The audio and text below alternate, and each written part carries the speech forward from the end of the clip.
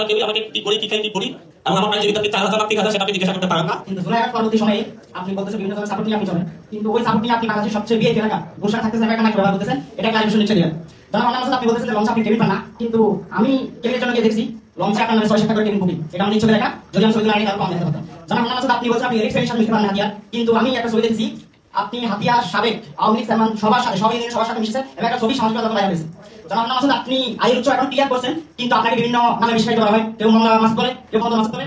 আমি এখন ফসলের জন্য দাঁড়িয়েছি, আমি একটা ফটো করবো না, আপনি সেগুলো মেনে নেবেন। এবং সর্বশেষ হাতিয়ার অন্যান্য প্রার্থীদের মধ্যে আপনি কিভাবে যোগ্য, আমি একটা কেন দিব 2 মিনিট সংক্ষেপে বলবেন। ধন্যবাদ। নাকি 1000 টাকা, কারণ আমি এখন কোনো পাবলিক কোনো জবের কোনো পাবলিকের কোনো কাজের সাথে জড়িত নই, এমনকি গভর্নমেন্টের কোনো বিষয়ের সাথে আমার কোনো কর্মকাণ্ডের সাথে জড়িত নই। যদি হই তাহলে তো মানুষের কাছে এই প্রশ্ন জবাব আপনি আমার জবাব দিতে অবশ্যই বাধ্য থাকবো যে আপনার বেতন এত, আপনি কিভাবে এত টাকা বাড়িতে থাকেন, আপনার স্যালারি এত, কিভাবে আপনি চেষ্টা করেন, আসলে কি হয়েছে সেই জন্য দিতে নিশ্চয়ই। এক্সট্রিম মশা কয়েল ব্ল্যাক ফাইবার দিয়ে তৈরি, তাই সহজে ভাঙে না, সুগন্ধিযুক্ত ও নিরবিচ্ছিন্নভাবে চলে। ডেঙ্গু চিকুনগুনিয়া বাহিনী সহজে কোনো মশার বিরুদ্ধে দেয় এক্সট্রিম সুরক্ষা। ভাই উৎস নিয়ে প্রচুর কোশ্চেন করা যায়, আমি কোথায় থাকি সেই বিষয়টা এখানে এসেছে। আপনার জানার কথা হচ্ছে বাংলাদেশের মধ্যে আমি নাগরিক পার্টি আছি প্রথম চট্টগ্রাম স্থায়ী কমিটির মেম্বার। আমি যখন বৈষম্যবিরোধী ছাত্র আন্দোলনের মুখ্য সংগঠক ছিলাম, তখন থেকে বৈষম্যবিরোধী ছাত্র আন্দোলনের ফান্ড এবং পার্টি প্রার্থীরা আমাকে গাড়ি ব্যবহার করতে হয়েছে। আমাদের যারা স্থায়ী কমিটির মেম্বার আছে কোঅর্ডিনেটর তার প্রত্যেকে ব্যবহার করে এই একটা পার্টি ফান্ড টানে।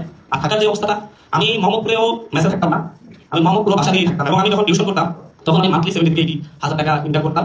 এবং সেই জায়গায় আমার এখানে বেসমেন্ট চালা আছে, তারা প্রত্যেকে জিজ্ঞাসা করতাম আমার বেসের মধ্যে সবচেয়ে বেশি টিউশন আমি নিজে করতাম। এবং সেই ক্ষেত্রে সবসময় একটু ভালো থাকা, নিজের অ্যাবিলিটির মধ্যে আমি চেষ্টা করতাম। এখন আমি যেখানে থাকি সেটাও আমাদের একজন বাসায়, আপনি যেটা বলছেন গুলশান, সেটা ঠিক গুলশান না, গুলশানের পাশে। তো সেই জায়গায় ভাড়াটা সেটাও আমার বাসা না, এবং হচ্ছে নিজে ভাড়া দিয়ে থাকি না। এই কথাগুলো আসলে বলা উচিত না, এই কথাগুলো আমি মনে করি এগুলো খুবই অপ্রয়োজনীয় কোশ্চেন। কেন মনে করি আমি একটু ব্যাখ্যা দিব। আমার 5 তারিখের পর থেকে অনেক জায়গায় উত্তর দিতে হচ্ছে আমার বাবা কি সাধুকান্দা ছিলেন নাকি শিক্ষক ছিলেন, আমার বাবা যে উত্তর দিতে হচ্ছে আমার বাবা কি দপ্তরি ছিলেন নাকি শিক্ষক ছিলেন, আমার বাবা যে উত্তর দিতে হচ্ছে আমি কি আগে 3 বেলা খাইতে পারতাম নাকি খাইতে পারতাম না। খুব রেয়ার আপনি মেবি ছাত্রদলের সাথে আছেন, ছাত্রদলের এক নেতা আপনাদের পাশের ইউনিয়নের স্বেচ্ছাসেবক দলের মেবি সভাপতি আমাকে নিয়ে ভিডিও লাইভ করতে এবং ভিডিও দিয়েছে আমার বাবা ছিল হচ্ছে সাধুকান্দা। এই কোশ্চেনগুলো কেন আমাকে দিতে হবে এই উত্তরগুলো? বিভাগ আপনার কোশ্চেন করতে পারবেন যে আপনি এই 2 নাম্বার কাজ করেছেন, এটা ভুল করেছেন, এটা সঠিক করেছেন, সামনে কি করবেন সেটা বলেন। আমি কোথায় থাকি, আমি সকালে কি আলুবত্তা দিয়ে খেয়েছি না ইলিশ মাছ দিয়ে খেয়েছি, সেই কোশ্চেন আমার মনে হয় যে আমি কেন এটা তারেক রহমান সাহেবের ক্ষেত্রেও আপনার ইয়াস বলছিলেন, আমাদের ওই মাহমুদ সাহেব বলছেন যে কোশ্চেন করা যায় না। ওকে, এটা কোশ্চেন করা যায় না কারণ আমি কোনো পাবলিক, একটু শেষ করি, আমি কোনো পাবলিক দায়িত্বে নেই, আমি কোনো গভর্নমেন্ট কিংবা নন গভর্নমেন্ট, আমি কোনো প্রাইভেট সাথে জড়িত নই। আমি একজন মানুষ, আমি যদি রিক্সায় চালাই খাই কিংবা হেঁটে হেঁটে খাই, সেই কোশ্চেনটা আমার মনে হয় হচ্ছে এভাবে আসতে পারে না। It's my security concern. Why I live and it's like security question by how I go.